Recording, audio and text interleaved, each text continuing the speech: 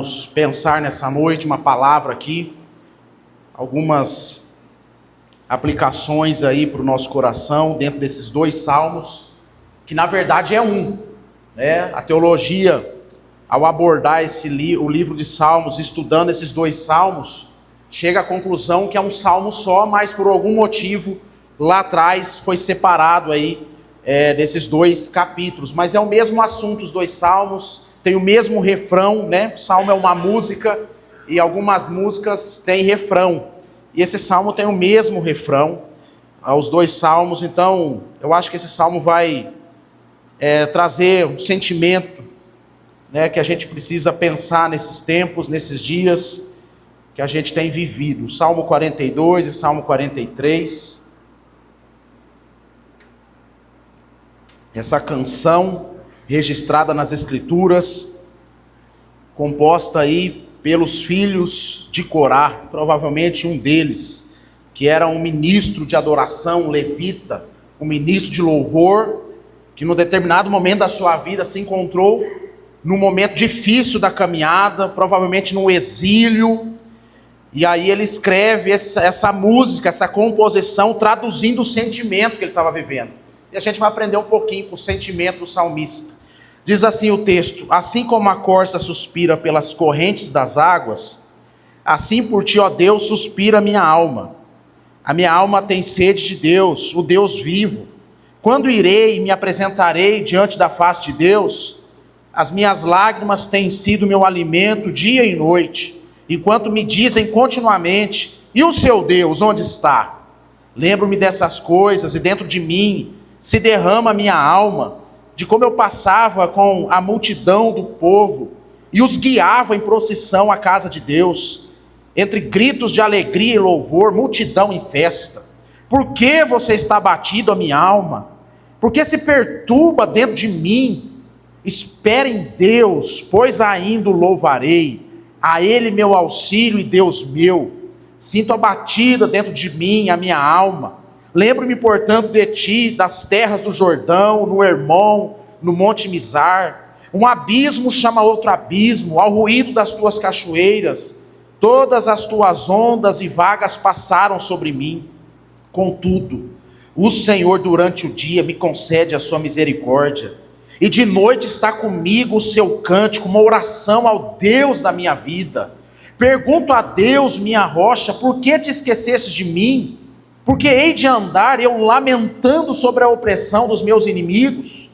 Os meus ossos se esmigalham quando os meus adversários me insultam, perguntando sem parar: e o seu Deus onde está? Por que você está abatido, a minha alma? Por que se perturba dentro de mim? Espere em Deus, pois ainda o louvarei, a Ele meu auxílio e Deus meu. Faze-me justiça, ó Deus, e defende a minha causa contra a nação infiel. Livra-me dessa gente fraudulenta e injusta, pois Tu és o Deus da minha fortaleza. Por que me rejeitas? Por que hei de andar eu lamentando sob a opressão dos meus inimigos? Envia a luz, a Tua verdade, para que me guie, e leve o Teu santo monte aos Teus tabernáculos. Então irei ao altar de Deus que é a minha grande alegria. O som da harpa eu te louvarei, ó Deus, Deus meu. Porque está abatido a minha alma, porque se perturba dentro de mim. Espere em Deus, pois ainda o louvarei, a Ele meu auxílio e Deus meu. Espere em Deus, pois ainda o louvarei. Vamos orar em nome de Jesus, queridos. Senhor, nos ajuda, Deus, a ter um louvor dentro da nossa alma a Ti. Um louvor, ó Deus, que ele não é mediado por circunstância, mas é um louvor que é mediado pela fé. É um louvor sincero, é um louvor de uma alma que às vezes se encontra abatida assim, mas ainda assim confia e crê, acredita fielmente no Senhor, porque tem experiência com o Senhor. Que a Tua palavra, que esse cântico, que essa expressão sentimental do salmista possa traduzir nessa noite o sentimento da nossa alma, e que ao final dessa ministração a gente cante como salmista: espere em Deus, pois ainda o louvarei, Ó Deus, em nome de Jesus, fala ao nosso coração através dessa música, que o teu Espírito, ó Pai, tenha liberdade de ação, de traduzir a argumentação, a explanação da palavra em voz do Senhor aos nossos corações, de um ponto, ó Deus, que não fique dúvida, que é o Senhor que está falando, em nome de Jesus, amém. Como o texto é uma música, eu gosto de música, irmãos, eu vou introduzir com uma bela canção, no final dos anos 90, do Lenine, chamado Paciência. E o primeiro verso, eu queria só ler essa parte, e aí a gente entra no Salmo, diz assim: mesmo quando tudo pede um pouco mais de calma, até quando o corpo pede um pouco mais de alma, eu sei, a vida não para, não. Paciência. Eu gosto dessa música, irmãos, porque ela é atemporal. Faz 25 anos que essa música foi escrita e ela continua falando. Porque ela fala de alguém que está vivendo num mundo de caos, no mundo exterior, oprimindo o nosso mundo interior. E muitas vezes a gente precisa dessa paciência, a gente precisa dessa respiração mais tranquila para superar os desafios da vida. E o poeta, que ele usa uma expressão que eu acho muito interessante: quando o corpo pede um pouco mais de alma. O que significa isso? O corpo, irmãos, é a nossa vida exterior, e às vezes a gente está tão ligado à circunstância, que a nossa vida interior acaba sentindo o baque. E às vezes nós precisamos ser mais guiados pela vida interior do que pela vida exterior. E às vezes o nosso corpo, ele perde um pouco mais da nossa alma.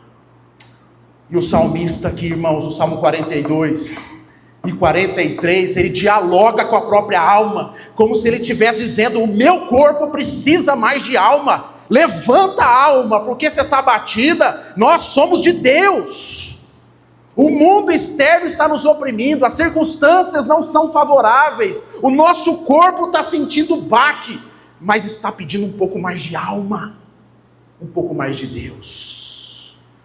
E às vezes, irmãos, essa música do Lenine e a música dos Filhos de Corá traduz o sentimento do nosso coração, ao viver nesse mundo complexo, cheio de pressões, cheio de dificuldades, cheio de cobranças. Muitas vezes a gente se sente assim.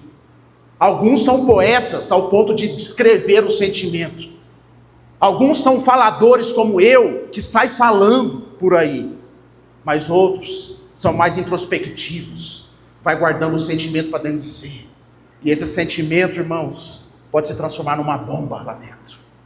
Porque o mundo exterior, as circunstâncias à nossa volta, muitas vezes nos espreme, nos oprime. E Jesus Cristo também experimentou disso, Fernando, diante do cenário da cruz. Algumas horas antes de ser preso, Jesus está no monte, orando ali no Getsêmani, sentindo a pressão do mundo. E ele ora ao Deus Pai: Senhor, se for possível, afasta-se de mim esse cálice. Qual que é essa oração? É a pressão do mundo externo pesando em Jesus. E ali a alma dele grita, geme, ao ponto de transpirar gotas de sangue. Se Jesus, irmãos, que é Deus, cantou a canção do Lenine sem saber que às vezes o corpo está pedindo um pouco mais de alma, quem somos nós, irmãos, para não padecer nessa vida, para não sentir muitas vezes o peso do mundo nas nossas costas? E eu gosto muito desses salmos aqui, irmãos, porque é um salmo da realidade da vida. Não é um salmo passador de pano, não é um salmo triunfalista, não é um salmo cheio de promessas de vitória, mas é um salmo que traz o raio-x, a ressonância da alma, traz à tona o real diagnóstico da alma do crente. O salmista, que ele começa fazendo ali uma afirmação, né? Que a vida dele é como se fosse a da corça, do animal sedento por água, um animal com sede, desesperado para se alimentar. Ele está dizendo que a vida dele, a alma dele, está precisando sair para fora. De forma poética, ele está dizendo: eu preciso do Senhor. O meu corpo está pedindo um pouco mais de alma. É alguém, irmãos, que está em aflição. É alguém que em algum momento na sua história, Rodrigo, passou por momentos bons. Aqui ele vai lembrar da sua jornada. Ele foi aquele que conduzia o povo ao templo, era alguém que conduzia o povo à adoração, era um homem de Deus, era um ministro importante do Senhor. Mas por alguma circunstância da vida ele foi capturado. Provavelmente ele está exilado no meio de povos inimigos, e as vozes dos povos inimigos, ao olhar para ele, para a falência aparente que ele está vivendo, começa a questionar: você não é o ministro de Deus? Você não é homem de Deus? Você não é mulher de Deus? Cadê o seu Deus nessa história? Cadê o seu Deus nessa situação que você está passando? Cadê o seu Deus na sua família? Cadê o seu Deus no trabalho? Você não é homem de Deus?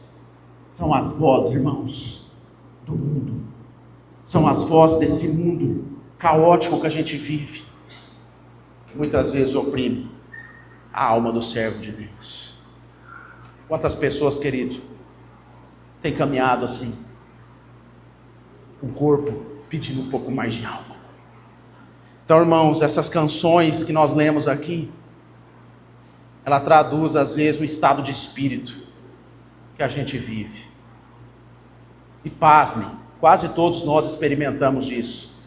A diferença é que alguns cantam, outros falam, outros escrevem, e alguns ficam quietos, em silêncio, esperando em Deus.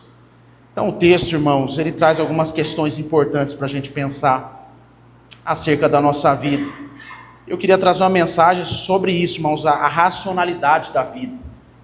Um texto racional, um texto que vai falar a realidade, que não vai prometer coisas que o homem não pode cumprir, nem Deus, mas um texto que mostra como é a dinâmica da vida, Douglas. E em primeiro lugar, irmãos, que a gente aprende com essa canção, é que a nossa alma foi feita para Deus, e que momentos caóticos da nossa vida, quando a gente se encontra em desespero, é um megafone de Deus, né? Como disse C.S. Lewis, o sofrimento é um megafone de Deus, chamando esse mundo surdo.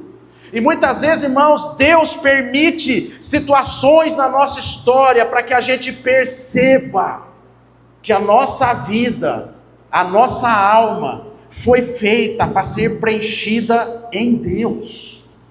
O salmista, ele já começa essa oração, esse cântico, essa música dizendo: assim como a corça suspira pelas correntes das águas, assim por ti, ó Deus, suspira a minha alma tem sede de Deus, o Deus vivo. Quando irei e me apresentarei diante da face de Deus? Era alguém que um dia estava na casa do Senhor, era alguém que um dia talvez estava acostumado com a presença de Deus,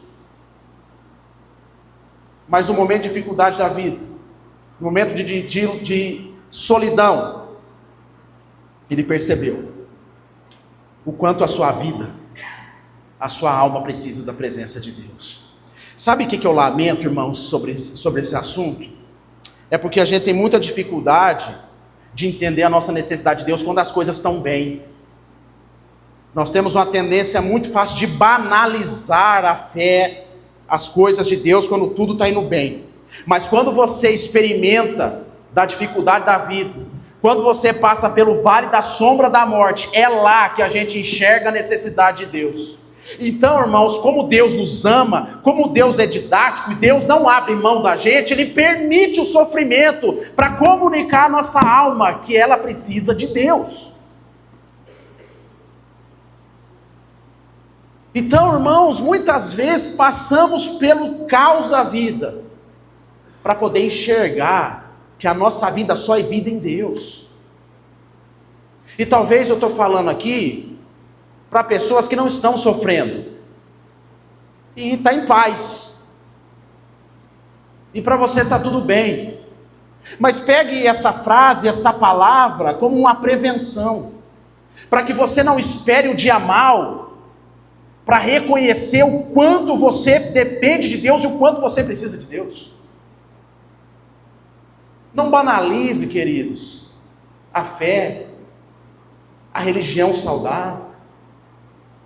Eu estou dizendo isso, irmãos, baseado em fatos. Eu conheço irmãos que só oram quando estão passando dificuldade. Eu conheço irmãos que só se manifesta no meio do povo de Deus quando está vivendo no caos. Mas quando as coisas começam a andar bem, somem na fumaça, não enxergam mais a necessidade de Deus. E aí, irmãos, Deus permite o exílio existencial, para que, talvez como o salmista, que estava ali numa região ao ar livre, olhando aquele animal, correndo, desesperado, numa região desértica, seca, com sede, e ele olhou o desespero daquele animal, porque ele sentia talvez de longe o cheiro das águas, e aquele animal estava sedento ao ponto de não olhar obstáculos, de sair correndo à procura desse lugar de água. E ele olhou a figura, a imagem desse animal, e olhou para a sua alma e falou assim: a minha alma está assim, porque eu estou vivendo um caos aqui na minha vida, e por mais que eu estou rodeado de pessoas, eu estou me sentindo sozinho. A minha alma está assim, como a corça. Eu estou com sede de Deus, eu necessito de Deus. Então, irmãos, a nossa alma foi feita para Deus. Os filósofos, irmãos, entenderam isso. Dostoiévski, um filósofo russo do século XIX, ele vai dizer que todo ser humano existe um vazio do tamanho de Deus. E às vezes a gente só enxerga o vazio, Luiz, quando a gente passa por problemas. A gente só vai enxergar o quanto estamos vazios, o quanto estamos ocos, quando estamos passando por problemas. Porque quando as coisas estão indo bem, irmãos, é como se fosse uma maquiagem existencial. Aquilo é como se fosse uma estrutura que nos cobre, que não permite a gente enxergar o quanto a gente precisa de Deus. Mas a nossa alma, irmãos, foi feita para Deus, para cultuar a Deus. E a vida só vai fazer sentido quando a gente estiver ofertando ela a Deus. Por que muitas pessoas buscam propósitos, buscam preenchimentos em tantas coisas dessa vida, irmãos? Mas no primeiro problema que acontece, o vazio bate. Porque é somente Deus que pode preencher. Quantas pessoas pensam assim: quando eu casar, né? Aí sim eu vou ser feliz. Quando eu tiver filho, aí sim eu vou ser feliz. Quando eu entrar naquela empresa, aí sim eu vou ser feliz. Quando eu passar naquela faculdade, aí sim eu vou ser feliz. Quando eu comprar aquele automóvel, aí sim eu vou ser feliz. Quando eu realizar o sonho da casa própria, aí sim eu vou ser feliz. Aí vem cá entre nós aqui, fecha as portas aí, Fábio, para ninguém escutar, só nós aqui, que é assunto interno. Quantos de nós aqui já conquistou todas essas coisas e muitas vezes encontra vazio na alma? Talvez como salmista. Sabe por quê, irmãos? Porque a nossa alma foi feita para Deus. Essa semana eu vi um vídeo, irmãos, muito interessante. Eu não sei falar os termos certinho, né? Da gestação lá. Fala já, aquele vídeo como deve ser, que é o óvulo encontra com a fecundação do bebê, aí tipo uma câmera filmando. Diz que na hora que acontece o encontro, há uma luz lá dentro, que a ciência não conseguiu explicar ainda esse fenômeno. E alguns vão dizer, Mateus, que é o sopro pentecostal do Espírito, que é Deus soprando a alma no momento da criação. Se é verdade, isso aí eu não sei, irmão, mas que é gostoso acreditar nesse negócio, é. Porque eu presenciei o parto das minhas duas filhas. E irmão, você que é paizão e presenciou, você pode compartilhar comigo, não há um sentimento sobrenatural naquela sala ali de cirurgia? Eu lembro, irmãos, eu não consigo descrever com palavras, mas eu consigo ter a mesma sensação quando eu me lembro do nascimento das minhas filhas. E eu me lembro do último ali, da Helena, que está dormindo, quando ela nasceu. E eu entrei assim já rápido, porque já estava nascendo, irmão. Na hora que eu vi aquela menina vindo à tona, irmão, parecia que o mundo parou. Parecia que entramos em outra dimensão. E eu fiquei numa situação meio em êxtase, assim, meio com choro, meio sem choro, meio estranho, meio, sei lá. Que havia um sopro divino ali, irmãos.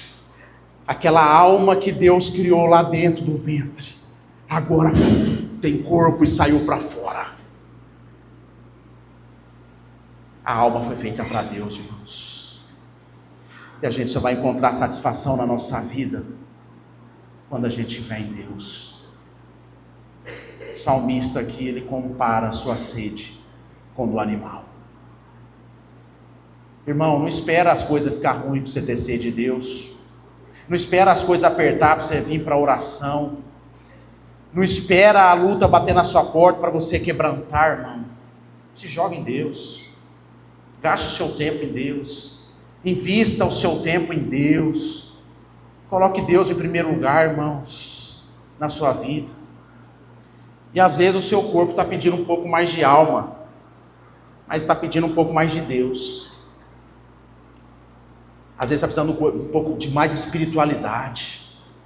O mundo, irmãos, ele nos leva a viver as materialidades dessa vida.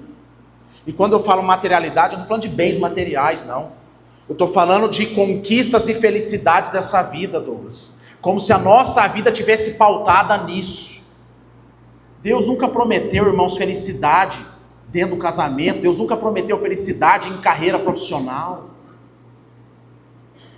Bem-aventurado que é feliz em Deus, está lá em Mateus capítulo 5. É quem chora, quem sofre, quem é perseguido. Esses são os bem-aventurados. É essa felicidade que Deus promete. Uma vida real, a realidade da vida, a racionalidade da vida. E muitas vezes, irmãos, a gente fica correndo atrás das coisas, pautando a nossa felicidade nisso. Então, irmãos, a primeira verdade que esse texto, esse salmo, essa canção nos ensina é que a nossa alma foi feita para Deus. Você só vai ser preenchido em Deus. Se você tiver Deus, você tem tudo. Vocês lembram do Salmo 23? O Senhor é meu pastor, nada me faltará. Só faltam as coisas na vida de quem o Senhor não é pastor. Mas na vida daquele que o Senhor é pastor, a tradução mais clara, mais original do texto é: de nada terei falta, que eu já sou preenchido e sou pleno nele. Se Deus é o pastor da minha alma, nele eu estou preenchido. A nossa alma tem sede de Deus. Eu não sei o que você vem buscar na igreja, mas eu sei o que Deus tem para te oferecer. É a presença dele, que é o que você precisa. Mais de Deus. Segundo lugar, irmãos, que a gente aprende nesse salmo, a partir do capítulo, do versículo 4 até o 7, depois dele falar da sua necessidade por Deus, ele diz assim no versículo 3: as minhas lágrimas têm sido meu alimento dia e noite, enquanto me dizem continuamente: e o seu Deus onde está? E aqui ele começa a lembrar: eu lembro destas coisas, dentro de mim se derrama a minha alma. Como eu passava com a multidão do povo e guiava a procissão à casa de Deus, entre gritos de alegria, louvor, multidão e festa. E aí o refrão da música: porque está batido a minha alma. Ele vai lembrando da história e vai se abatendo. Ele vai lembrando de um tempo bom e vai ficando triste. Oh, a alma está batida. Ou eu lembro daquele dia: porque está batida a minha alma. É um diálogo, irmãos, com a realidade da vida. Aí no versículo 6: sinto abatido dentro de mim a minha alma, e lembro-me, portanto, de ti, nas terras do Jordão, no Hermon, no Monte Mizar. Versículo 7: um abismo chama outro abismo, ao ruído das suas cachoeiras, todas as suas ondas e vagas passaram sobre mim. Olha que homem dramático, irmãos, conversando com a alma. Sabe o que isso ensina para nós, irmãos? Que as crises existenciais fazem parte da vida, irmão. Que a angústia, tristeza, faz parte da vida. Mas a gente vive num mundo, irmãos, tão opressor nessa situação de alegria, que prega uma felicidade o tempo todo, que a gente acaba anulando esse sentimento de tristeza, como se fosse sentir triste, fosse o diabo, fosse: eu não sou mais de Deus, não sou digno. Não, irmãos, as crises da vida fazem parte. Até os desenhos aí dos filmes estão traduzindo isso. Aquele filme lá, Divertidamente 2, tem o personagem Tristeza. Ele está lá, porque a tristeza faz parte da nossa alma, irmãos. Passar por dias difíceis e crises, chorar, lembrar de coisas boas e ao mesmo tempo, poxa vida, estou passando dificuldade. Seja bem-vindo à vida real, irmão. Seja bem-vindo à vida de crente. Ah, não pode ficar triste, não pode passar por luta, não pode se sentir abatido. Porque lá na igreja tal, fulano de tal prometeu. Aqui nós não promete isso não, irmão. Aqui a gente fala da vida real. E a realidade da vida, irmão, às vezes é um comprimidinho que tem que tomar mesmo. Às vezes tem que tomar um remedinho. Às vezes é de terapia em terapia. Às vezes é de aconselhamento em aconselhamento. É de oração em oração. É de lágrima em lágrima. Vida real, irmão. Vida de crente comum. Vida de Jesus. Vida de Paulo, quando escreve a última carta a Timóteo. Vida de Pedro. Vida de Elias. De tantos outros, irmãos.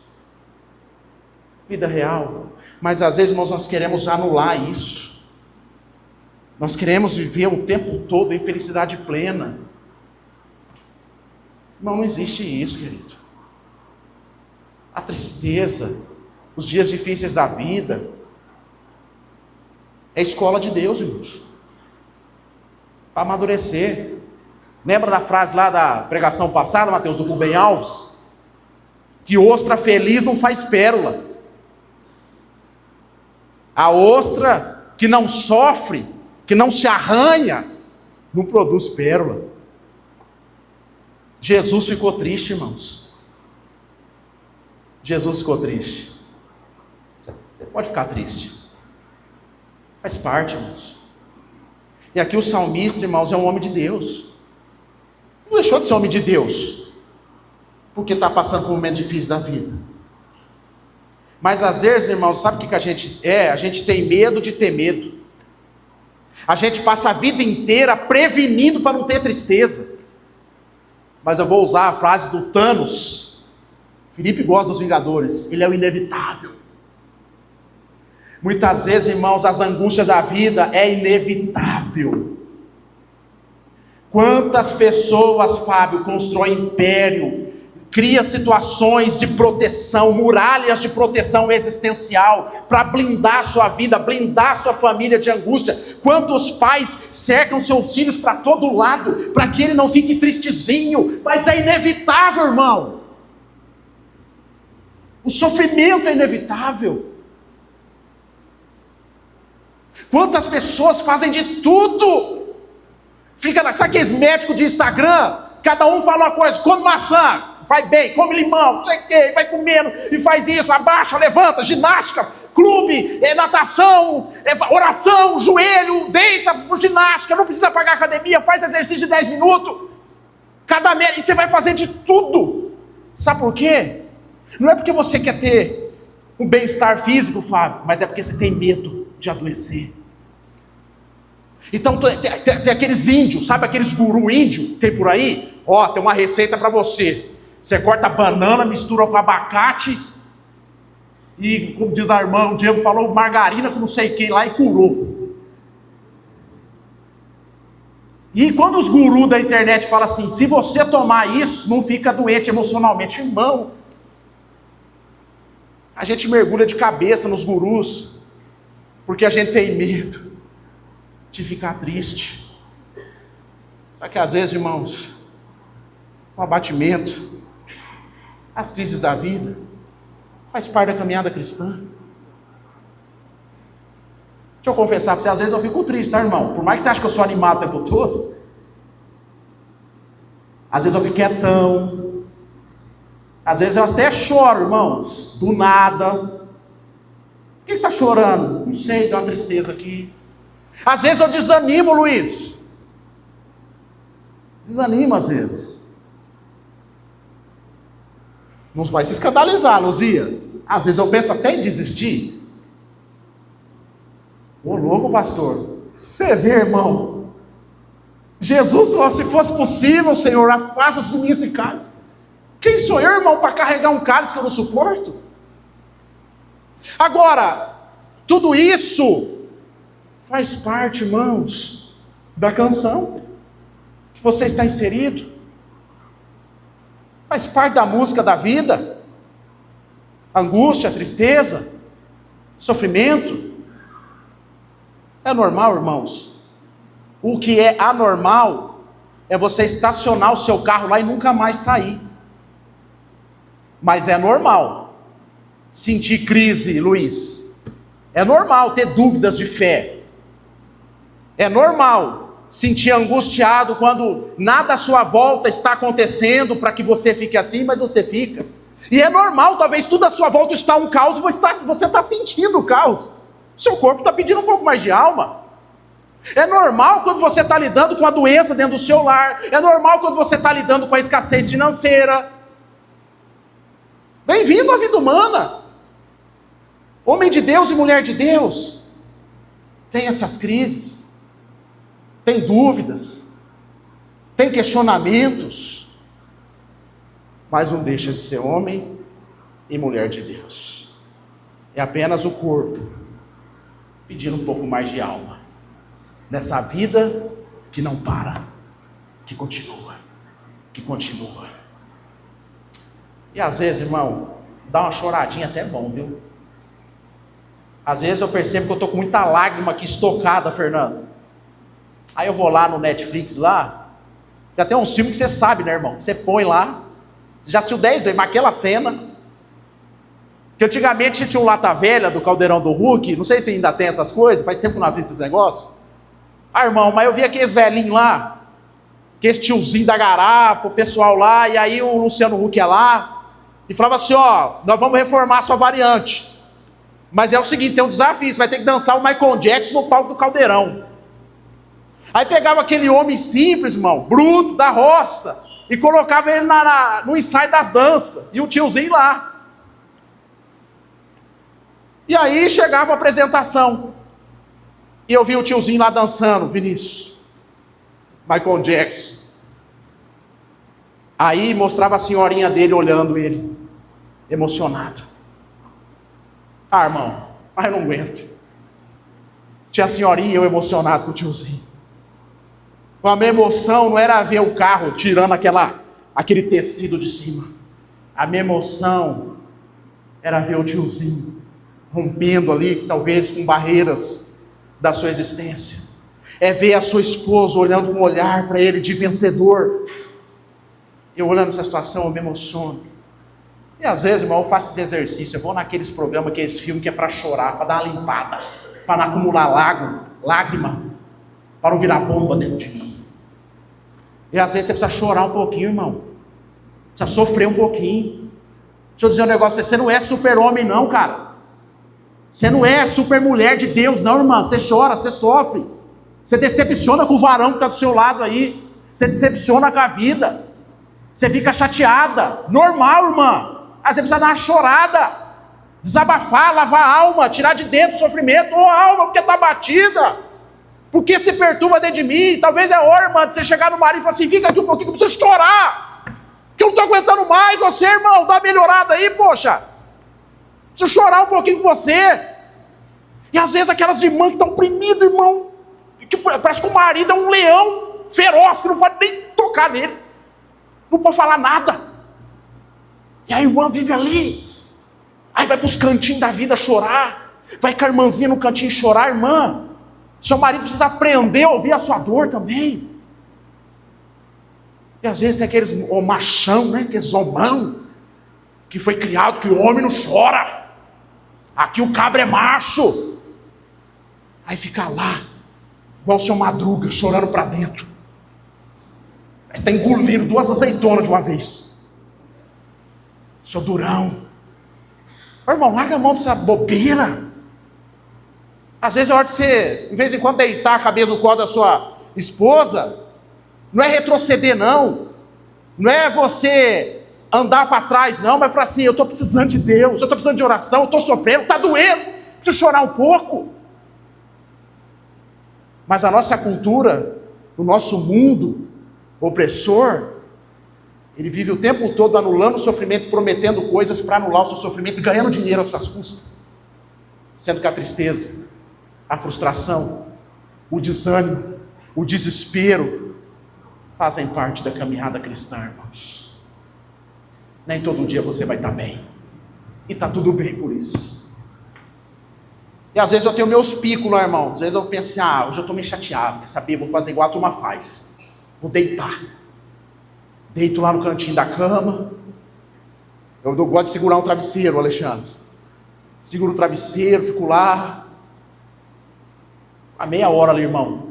Triste. Aí eu vejo assim, fico olhando no cantinho, a vida acontecendo na minha casa. Já deu, já.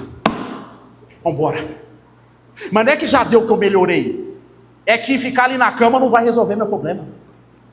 Vambora. E vou tocando a vida mesmo assim. Vou vivendo. Quantas vezes, irmão, já entrei ali naquela porta ali, assim, uma tristeza, uma chateação. Vambora. Irmão, acho que tem um negócio assim nesse microfone aqui, na hora que você pega nele, parece que... Na hora que tem um negócio ali, que às vezes quando o irmão cumprimenta você, que dá um negócio em você, que dá uma injeção de ânimo.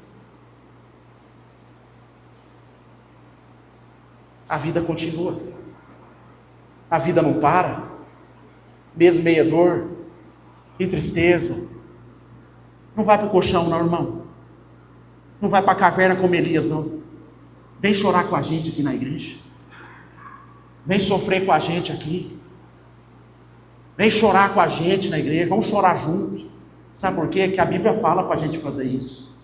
Chorar com os que choram. Às vezes, irmão, eu como pastor, muita tristeza, vou dizer isso. Às vezes eu não vou conseguir te ajudar. Resolver o seu problema. Tirar você do caos. Até mesmo te dar uma palavra sábia. Às vezes eu vou falhar nisso aí. Mas, irmão, eu vou estar junto com você nessa. Se precisar a gente chorar junto, nós vamos chorar junto. Nós vamos passar por essa dificuldade junto. E se no meio do choro Deus der a sabedoria e a direção, irmão, nós agarra Ele e vamos. As crises existenciais fazem parte da vida. Não se sinta menos. Não se sinta inferior. Porque você está passando por um momento difícil na sua vida. Você tem o seu valor. Deus ama você. Não porque você é alegre e entusiasmado. Deus ama você. Do jeito que você é. Não é porque as coisas na sua vida dão certo. Deus ama você. Senão eu não tinha enviado Jesus Cristo, irmãos, para morrer no nosso lugar. E aí ele veio para quem, Douglas? Os doentes. Porque os sãos não precisam dele.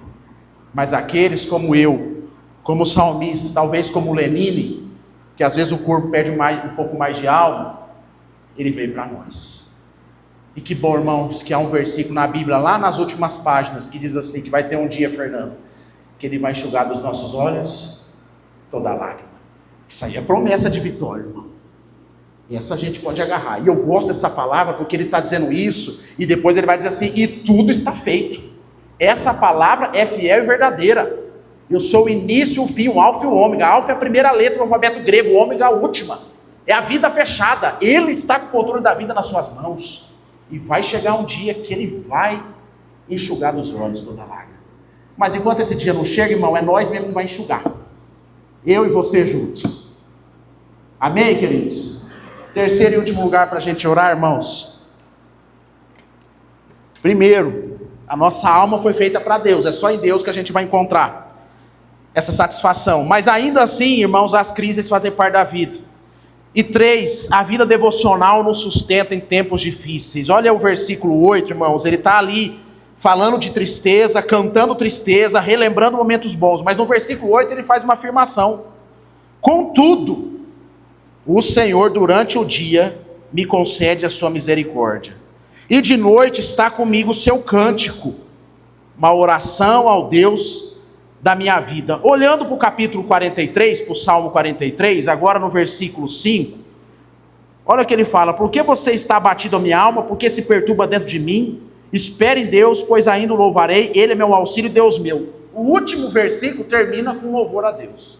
No versículo 8 do capítulo 42, ele faz essa afirmação que de noite e de dia Deus cuida. Ele tem essa vida com Deus. Versículo 10 aqui, 11 do capítulo 42, ele vai falar que os ossos dele se esmigalham quando os meus adversários me insultam, perguntando sem parar: e o seu Deus onde está? O versículo seguinte, o 11, ele diz: por que você está abatido a minha alma? Porque se perturba dentro de mim. Espere em Deus, pois ainda o louvarei, a Ele meu auxílio e Deus meu. Por 3 vezes, irmãos, ele vai combater o sentimento de tristeza e de perseguição com o refrão da música. E sabe qual é o refrão da música? Um refrão realista. A alma está batida, ele pergunta por que você está batida. Mas no final ele diz: espere em Deus, pois ainda o louvarei, a Ele meu auxílio e Deus meu. Sabe por que ele tem essa convicção, irmãos? Porque é homem de Deus, mulher de Deus, que tem vida devocional, que conhece o seu Deus, que sabe que no dia mau não está sozinho. E aí, irmãos, o que sustenta a nossa caminhada é a vida devocional com Deus. A gente não pode abrir mão disso, irmãos. O salmista aqui, irmãos, se encontrava, Fábio, longe da sua casa, no exílio, diante de povos inimigos, que todo dia batia na cara dele dizendo: aonde está o seu Deus? Irmão, quando a gente não está muito agarrado na fé, e a circunstância da vida não é favorável, e a gente não tem vida devocional com Deus, quando o mundo bate na nossa porta e fala: onde está o seu Deus? Se você não tiver agarrado com ele, você fala: não sei. Não sei nem se ele me ama. Não sei nem se ele está comigo. Não sei. O que você tem para me oferecer? Agora, quando nós estamos aliançados com Deus, irmãos, ainda que passamos pelo vale da sombra da morte, lá do Salmo 23, Ele está comigo. É Ele que prepara uma mesa na presença dos meus inimigos. Sabe o que é isso, irmãos? Vida devocional, Melissa, intercessão, oração. Ô pastor, você viu, o irmão está orando, mas está triste. Normal, irmão, vida real. O irmão está lendo Bíblia e está triste. Normal, irmãos. Vida devocional. Porque, irmãos, é o combustível que nos sustenta no dia mau. É a nossa confiança em Deus. É a nossa vida devocional. Você percebe que no salmo aqui, Douglas, ele está falando do abatimento da alma. Mas sabe o que ele fala? Ele lembra do passado. Eu lembro daquela época que eu estava com Deus. Eu lembro disso. E aí no versículo 8 ele diz: o Senhor durante o dia me concede misericórdia. Ele começa a lembrar de Deus, ele chega à conclusão que Deus é com ele, irmãos. Vida devocional. Não pare então, irmãos. Continue servindo a Deus, ainda que as coisas não vão indo bem para você. Continua sendo fiel a Deus. Continue se alimentando, para que quando você experimentar o deserto da vida, você esteja bem alimentado. Você tenha subsídio para passar por esse processo. Você tenha bagagem, você tenha um couro cascudo para atravessar o vale da sombra da morte, porque você tem vida devocional com Deus. É isso que sustenta, irmãos, a nossa caminhada. É por isso que ele encerra dizendo: espere em Deus, pois ainda o louvarei. Porque ele conhece o seu Deus, porque ele tem vida devocional. E como é gostoso, irmão, quando a gente louva a Deus, literalmente, a gente canta uma canção para Deus, Fernando, gostava tocando, quando a gente está enfrentando luta, sofrimento. Parece, irmão, que aquilo que a gente está cantando é maciço, parece que eu consigo mastigar a música. Ela tem um poder de entrar dentro de mim. Nós cantamos alguns cânticos aqui, irmãos, proféticos para a nossa vida. Nós começamos a cantar que grande é o nosso Senhor. Antes dela nós cantamos que Deus estava no barquinho da vida com a gente. Nós cantamos também que o véu que separava já não separa mais, que Ele está com a gente. E nós cantamos que o amor de Deus não falha, ainda que eu passe por circunstâncias difíceis. O amor de Deus, Ele não falha. Ele não falha. Continue cantando, continue caminhando. Espere em Deus, que eu ainda louvarei. Nós vamos orar, irmãos. Ministério de louvor pode se preparar. Eu quero orar com você nessa noite, a gente orar juntos, a gente cantar juntos esse louvor.